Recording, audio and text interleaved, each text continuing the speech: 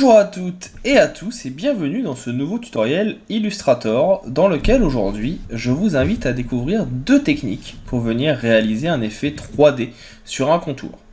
Qu'est-ce que j'entends par là? Eh bien c'est comment venir travailler, comme vous le voyez ici, un contour pour donner un effet relief qui peut apparaître très rapidement et très simplement. Il y a deux techniques que je vais vous présenter, une utilisant les outils de 3D et une utilisant les dégradés. Comme d'habitude, ce tutoriel est disponible pour tout niveau. Et si jamais vous avez des questions, je reste à votre disposition à tout moment via la section commentaires ou la section entraide si vous êtes sur tuto.com. Si je parle un petit peu trop vite, je m'en excuse, je ne peux pas m'adapter au rythme de tout le monde. Sachez que vous pouvez venir réduire le timing de la vidéo en bas à droite de celle-ci dans le lecteur. Vous pouvez venir accélérer ou rétrécir le timing pour avoir un apprentissage adéquat.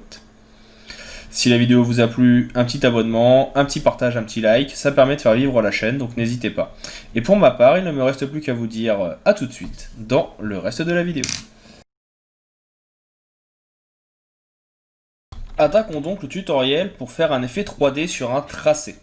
Il n'y aura pas une, mais deux astuces sur ce tutoriel. Et il faut savoir que celui-ci fait suite à une discussion que j'ai eue sur un groupe Facebook pour apprendre à réaliser ce type d'effet.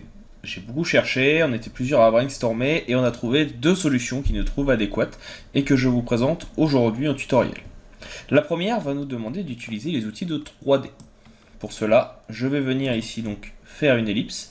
Je vous le dis tout de suite, il va falloir également venir dans Fenêtre et ouvrir la page Symbole ou Motif. Alors c'est pas symbole, c'est motif. Forcément, si j'ouvre la mauvaise, ça marche moins bien. Et donc, c'est dans ici.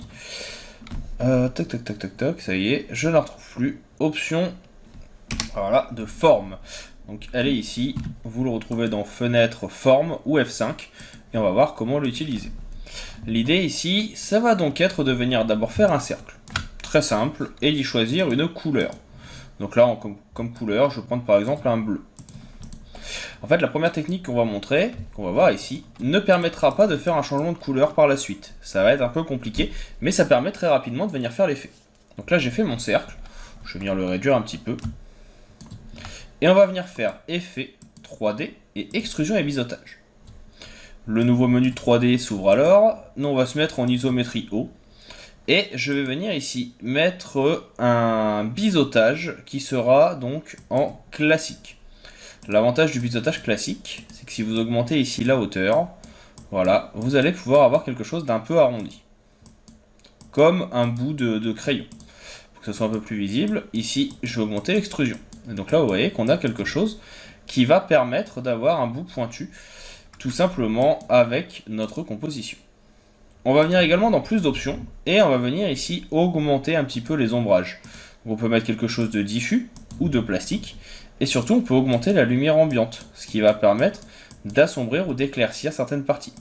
Moi je vais déplacer la source de lumière ici pour avoir un effet vraiment crayon, et surtout on voit vraiment l'effet 3D avec une différence de chaque côté. On va ensuite venir cliquer sur OK. Ça c'est la première étape. On va venir maintenant décomposer notre objet. Parce que là on a un seul objet, si je venais le mettre dans mes formes, vous voyez que là si je le déplace, que je lui demande une forme artistique, ah, étonnamment il fonctionne. J'avais souvenir que normalement il ne fonctionnait pas, ça dépend peut-être de la version, sur ma version sur PC portable ça ne fonctionnait pas. Et bien ici, en ayant donc ce crayon, je vais pouvoir venir définir quel type de forme, donc moi je vais l'appeler crayon. On va laisser adapter à la longueur du contour et cliquer sur OK. De cette façon, vous voyez ici maintenant vous avez bien votre forme. Si je viens prendre ma plume et faire un tracé, je vais ici enlever le fond. Si je viens cliquer, j'ai mon effet qui s'adapte. Là, c'est un petit peu grand. Je vais double-cliquer sur crayon. Et ici, on va pouvoir venir diminuer un petit peu la taille. Et de cette façon, vous pouvez avoir un tracé qui va avoir un effet 3D. La couleur ne vous plaît pas. N'oubliez pas que vous pouvez venir ici, donc, cliquer et prendre une autre couleur. Ou alors, vous pouvez venir vous mettre en mode teinte pour avoir un effet qui sera un petit peu plus en relief de façon différente. Là, je vais cliquer appliquer au contour pour vous montrer. Et donc là, vous avez bien l'effet 3D qui apparaît. Et l'avantage, c'est que si ici vous venez peindre, donc là je reclique sur mon dernier point, et je viens en réaliser d'autres, l'effet continue à se mettre en place. Si le bleu ne vous plaît pas, plusieurs solutions s'offrent à vous. On avait donc ici celle qui permet de modifier la teinte et la saturation. Ou alors, vous pouvez venir faire un autre objet. Vous venez sélectionner ici votre objet, qui est toujours à cet endroit, vous pouvez le mettre en vert par exemple, et créer un nouvel objet. Ou alors, pour le tracer, il vous suffit tout simplement de venir modifier la couleur de votre contour. Ici on est sur du bleu, peut-être que vous voulez du rouge, et automatiquement ça se met en place. Et donc là vous voyez que vous avez l'effet. À tout moment je peux venir double-cliquer, si je me remets en mode 100, on a quelque chose d'un petit peu plus important. Teinte et ombre un petit peu plus foncé, saturation ici aussi. Par contre vous voyez que si vous restez en 100, si vous modifiez la couleur, il restera en bleu. Donc il va vraiment être important de venir vous mettre soit en teinte et ombre pour avoir la couleur de votre choix, soit en teinte, soit en saturation. Et encore en saturation, ça aplatit un petit peu le tout. Donc on va rester en teinte et on a notre objet. Et je peux maintenant à tout moment venir et bien voilà, en faire un autre, comme ceci. Je reclique sur mon effet, je le veux en jaune, je peux le mettre en jaune. Ça, c'est la première possibilité, que je trouve déjà assez intéressante et assez rapide à prendre en main. Avec ça, on peut très bien maintenant venir réaliser des lettres. Pourquoi pas ici venir écrire un A. Vous voyez, je vais avoir un petit A qui va venir se mettre en place très rapidement. Ici, façon un petit peu calligraphie. Donc je viens le poser et on pourrait très bien avoir un A comme ceci. Et là, vous avez votre lettre. Vous allez venir adapter votre tracé avec votre outil flèche blanche. Et ainsi, vous pouvez venir et bien, réaliser le graphisme que vous voulez. Donc ça, c'est un exemple. L'autre possibilité qui m'a été présentée et que je trouve aussi assez intéressante et assez rapide à mettre en place, c'est tout simplement de prendre ici un contour. Vous venez lui ajouter un dégradé. Choisissez le dégradé de votre choix. Donc moi je vais prendre ici un dégradé, hop, en venant cliquer sur le premier cercle et en venant me mettre en CMJN. Je vais prendre un dégradé de magenta vers un magenta un peu plus foncé.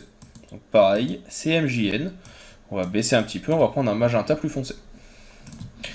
Dans le menu propriété ici, que vous pouvez rouvrir vous en venant dans fenêtre propriété, je vais venir augmenter la taille de mon contour.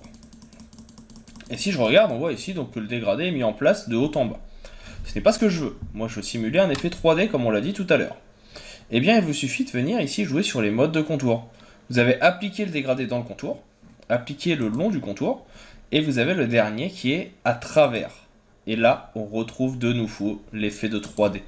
Avec au-dessus notre effet et en dessous, eh bien, notre couleur plus claire.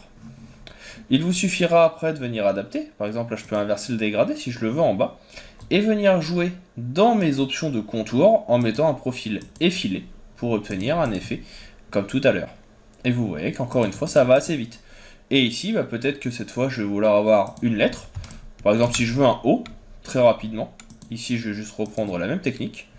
On se remet en dégradé comme on a dit, en stroke, donc en contour, et ici. Et là, j'ai pu faire un petit O. Alors, si je clique trop vite, ça marche moins bien. Mais vous voyez qu'en quelques instants, on a pu faire une lettre. Ici, ça pourrait être un I ou autre. À vous de voir suivant le design que vous voulez mettre en place. Donc voilà, je trouve cette petite technique, cette petite astuce assez intéressante. On n'en parle pas forcément souvent, mais les dégradés sont des outils qui vont être assez puissants. C'est d'ailleurs pourquoi prochainement, si vous regardez la vidéo à sa sortie, je vais proposer une vidéo sur les outils dégradés et on va venir redécortiquer un petit peu toutes les options proposées par ce menu. Vous allez voir qu'elles sont assez nombreuses et parfois oubliées. Dans tous les cas, j'ai fini avec cette petite présentation de l'outil qui vous permet de mieux prendre en main et de créer un contour style 3D. Comme d'habitude, si jamais vous avez des questions, n'hésitez pas, je me ferai un plaisir de venir y répondre et vous aider. Si jamais vous avez des demandes en tutoriel, des demandes en outils, des demandes sur une spécificité ou de retouches et vous ne savez pas comment les réaliser, n'hésitez pas à revenir vers moi, je vous expliquerai avec grand plaisir. Si la vidéo vous a plu, un petit commentaire, un abonnement en cliquant sur le petit bouton rouge et sur la cloche pour être tenu informé de toutes les nouveautés. Il y en a en moyenne 3 par semaine, au moins le dimanche, mardi et jeudi. Et en ce moment, je suis même plutôt productif, vous en avez quasiment tous les jours. Si jamais vous avez besoin, il ne me reste plus en tout cas maintenant qu'à vous souhaiter une bonne continuation. Vous savez comment me contacter, n'hésitez pas à me présenter vos rendus. Et puis je vous dis à bientôt pour d'autres tutoriels.